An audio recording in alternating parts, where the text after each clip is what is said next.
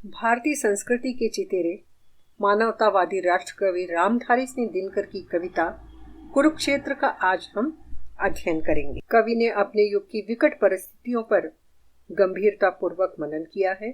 उनका विचार है कि विज्ञान की सहायता से मनुष्य ने चाहे आकाश में पक्षी की तरह उड़ना सीखा या पानी में मछली की तरह तैरना सीख लिया है, किंतु उसे धरती पर इंसान की तरह रहना नहीं आया। द्विधाग्रस्त लोगों की विचारधाराओं का पारस्परिक टकराव, ईर्ष्या, द्वेष, युद्ध की विभीषिका आदि भयंकर समस्याएं समस्त विश्व के सामने मुंह बाए खड़ी है। दिनकर जी का विचार है कि इन विश्व समाधान करके ही मानव जाति लोक कल्याण का स्वप्न संजो सकती है। यह सब न्याय, शांति, सह अस्तित्व और पारस्परिक सद्भाव को सहेजने पर ही संभव है। कुरुक्षेत्र का प्रतिपाद्य यही है कि मनुष्य क्षुद्र स्वार्थों को छोड़कर बुद्धि और हृदय में समन्वय स्थापित करे तथा प्राणपन से मानवता के उत्थान में जुट जाए। कुरुक्षेत्र कविता के प्रथम सर्ग के विभिन्न पदों की व्याख्या आज हम इस वीडियो में पढ़ेंगे। पहला पद है, वह कौन रोता है वहाँ, इतिहास के अध्याय पर, जिसमें लिखा है, नौजवानों के लहू का मोल, प्रत्यय किसी बूढ़े कुटिल नीतिज्ञ के व्यवहार का। जैसा कि हम कविता के शीर्षक से ही समझ सकते हैं कि इस कविता में महाभारत काल में हुए कुरुक्षेत्र में हुए युद्ध का संदर्भ लिया गया है और उन्हीं घटनाओं की दुहाई देते हुए कवि ने इस कविता में अनेकों उदाहरण दिए हैं और एक बहुत गहरा संदेश समाज को, दुनिया को दिया है। अगर हम इतिहास के अध्यायों को पढ़ने जाते हैं या पन्ने पलटते हैं तो उसमें हम देखेंगे कि महाभारत काल में या अन्य किसी युद्ध में हुए नौजवानों की वीरता के किस्से लिखे हुए हैं। उनकी जीत के कारण उनके नाम सुनहरे अक्षरों में लिखे गए हैं, लेकिन उनका महत्व, उनके खून का महत्व केवल इतिहास के पन्नों तक ही है और बाद में कोई कुटिल नीतिज्ञ उन घटनाओं को, उन नौजवानों की वीरता के किस्से, उन बलिदानियों के साहस का वर्णन करते हैं और उस वर्णन से अपनी लोकप्रियता और अपनी कीर्ति और यश को भुनाते हैं। और इतिहास में हुए युद्धों और घटनाओं पर जिन साहसी नौजवानों ने अपना लहू बहाया, उस पर तो आज कोई नहीं रोता, बस कुटिल नीतिज्ञ ही उसे भुनाते रहते हैं। जिसका हृदय उतना मलिन जितना कि शीर्ष वलक्ष। वह जो बूढ़े कुटिल हैं, नीतिज्ञ हैं, वे इतने चालाक हैं, वे इतने व्यवहार कुशल हैं और अपनी व्यवहार कुशलता से अपनी कीर्ति को इस तरह चमका लेते हैं और वे जितने अधिक चमकते हैं उनका हृदय उतना ही मलिन होता है, उतना ही मैला होता है। उनके हृदय की मलिनता इसलिए बताई गई है, इसलिए कही गई है कि वे प्रत्यक्ष में तो, उजागर रूप में तो उन बलिदानियों के लहू का मोल बहुत महान बताते हैं, लेकिन वास्तविकता यह होती है कि वे यह सब कुछ अपनी लोकप्रियता बढ़ाने के लिए करते हैं। जो आप तो लड़ता नहीं कटवा किशोरों को, मगर आश्वस्त होकर सोचता शोणित बहा, लेकिन गई बच लाज सारे देश की। बूढ़े अर्थात अनुभवी कुटिल नीतिज्ञ अपनी बातों से किशोरों को प्रेरित करते हैं, युद्ध के लिए लड़ने भेजते हैं और उनका सिर कटवाकर उन्हें बलिदान के लिए आगे बढ़ाकर उनसे युद्ध करवाते हैं, लेकिन स्वयं तो युद्ध में नहीं जाते, केवल किशोरों को ही आगे करते हैं। और जब वे बलि हो जाते, युद्ध जीत जाते हैं, तो जो कुटिल नीतिज्ञ हैं, वे यह सोचकर आश्वस्त होते हैं कि नौजवानों का खून बहा तो बहा, लेकिन उसके बदले में पूरे देश की लाज तो बच गई। साथ ही यहाँ आप कठिन शब्दों के अर्थ भी देख सकते हैं। वलक्ष मतलब धवल, श्वेत, चमकदार, शोणित मतलब रक्त या खून। अब हम अगले पद की व्याख्या देखते हैं जो इस प्रकार है, और तब सम्मान से जाते गिने नाम उनके, देशमुख की लालिमा है बची जिनके लूटे सिंदूर से, देश की इज्जत बचाने के लिए या चढ़ा जिसने दिए निज लाल है। और ऐसे कुटिल नीतिज्ञों का पेट उन नौजवानों के बलिदान से भी नहीं भरता, तब वे उन माताओं और उन माताओं जिन्होंने अपने लाल देश की सुरक्षा के लिए लुटा दिए, और जिन महिलाओं के सिंदूर जिनके पति देश की रक्षा के लिए बलिदान हुए, उनका सम्मान करके अपनी आत्मग्लानि को छुपाया जाता है। जिन्होंने अपने प्राणों को न्यौछावर करके देश का नाम और देश की लालिमा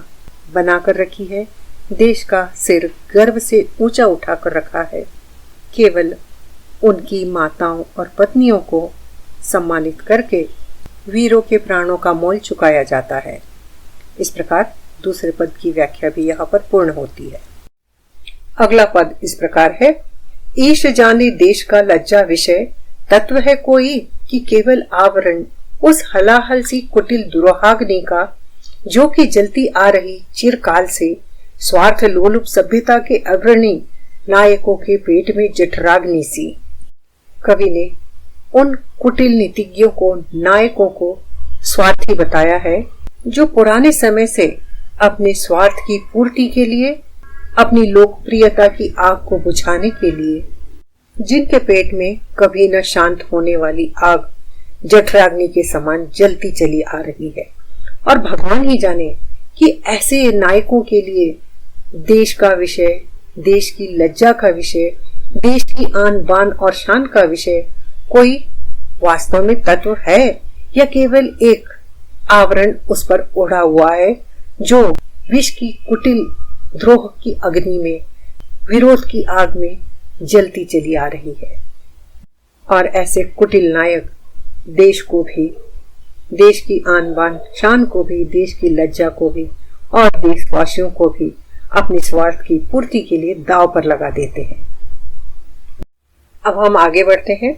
विश्व मानव के हृदय निर्द्वेष में मूल हो सकता नहीं, द्रोहाग्नि का चाहता लड़ना नहीं समुदाय है, फैलती लपटें विषैली व्यक्तियों की सांस से। यहाँ पर कवि ने संपूर्ण विश्व को अपनी नजरों के सामने रखते हुए कहा है कि इस धरती पर ऐसा कोई भी मानव नहीं है जिसके हृदय में द्रोह की आग जलती रहती है, विद्रोह की आग जलती रहती है। कोई भी समुदाय यहाँ पर आपस में लड़ना नहीं चाहता, लेकिन ऐसे कुटिल नीतिज्ञों के कारण उनके अंदर जो ज्वाला जलती रहती है, उस ज्वाला की आग समाज में, देश में, दुनिया में चारों ओर फैलती रहती है, और वह विषैली लपटें दुष्ट व्यक्तियों की सांसों से बाहर निकलती है, जो पूरे वातावरण को विषाक्त करती है, विषैली करती है, जहर फैलाती है। हर युद्ध के पहले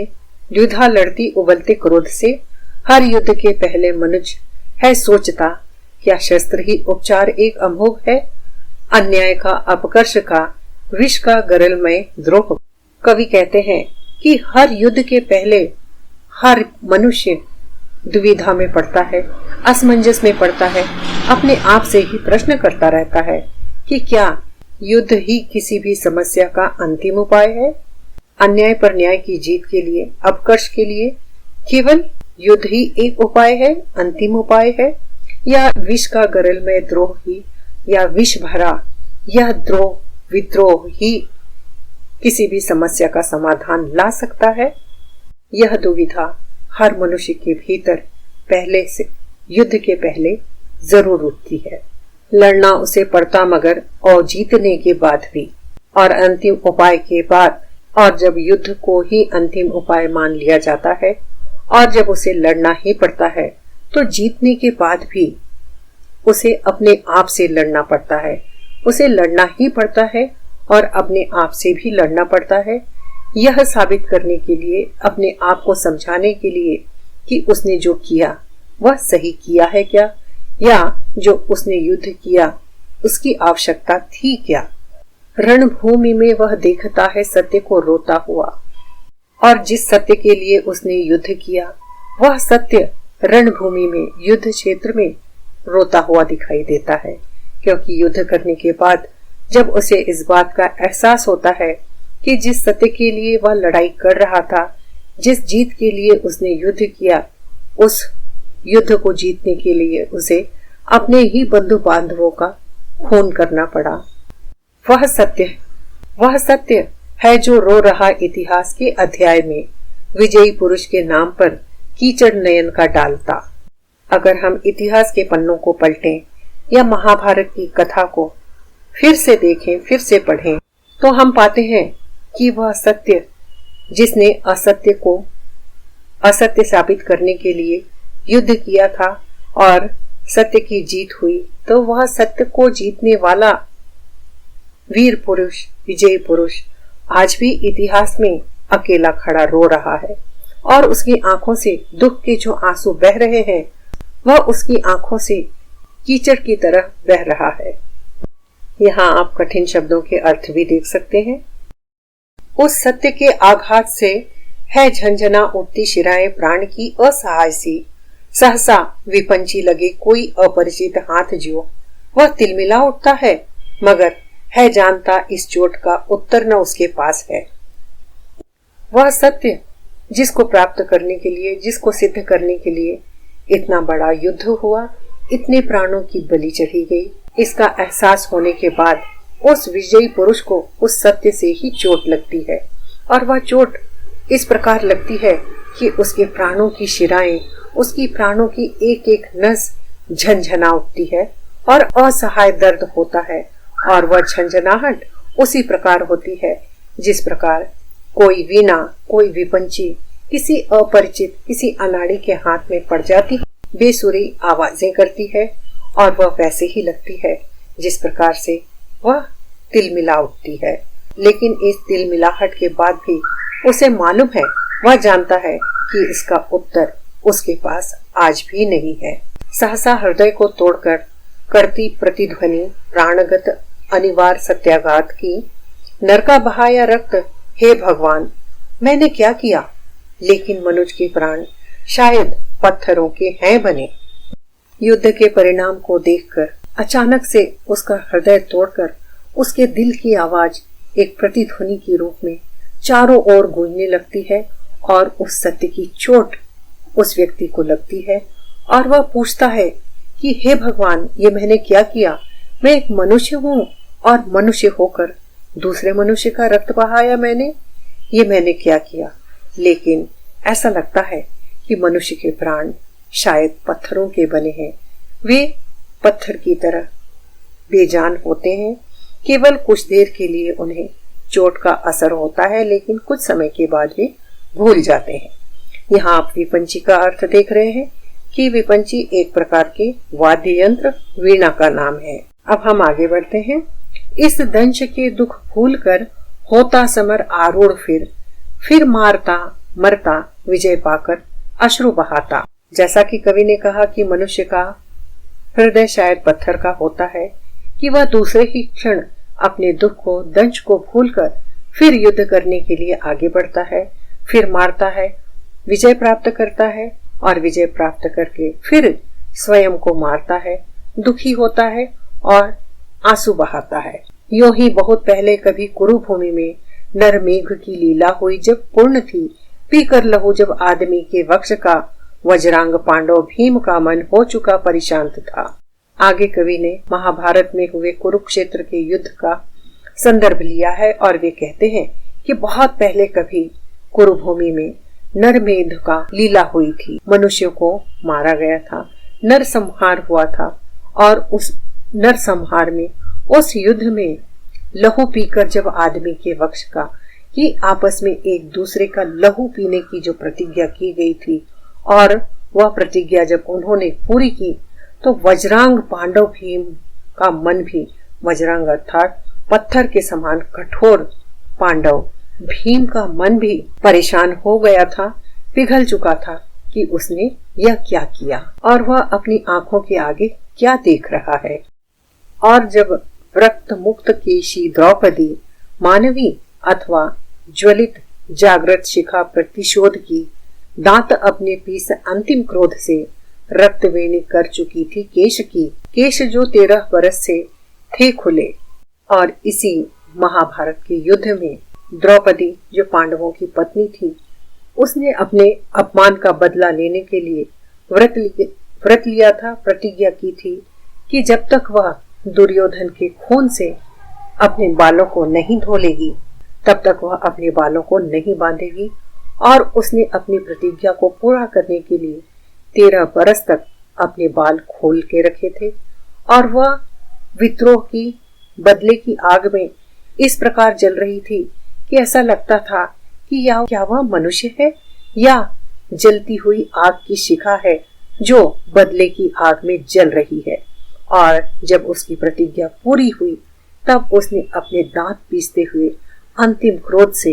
अपने बालों को रक्त से धोकर अपनी चोटी अपने बालों को बांध लिया था। और जब पविकाय पांडव भीम ने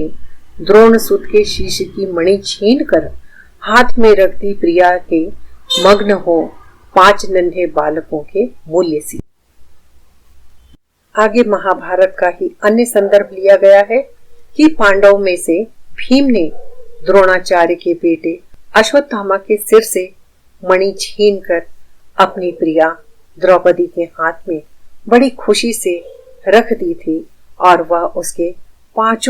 नन्हे बालकों के प्राणों के मूल्य के समान थे। जैसे यह संदर्भ भी महाभारत के युद्ध का ही है कि जब द्रोणाचार्य के पुत्र अश्वत्थामा को ये पता लगा कि उनके पिता का वध पांडवों ने कर दिया है तब वह दुख से पागल हो उठा था और उसने शिविर में जाकर पांडवों के 5 बच्चों का सिर काट दिया था। और अपने बच्चों के इस तरह अंग भंग देखकर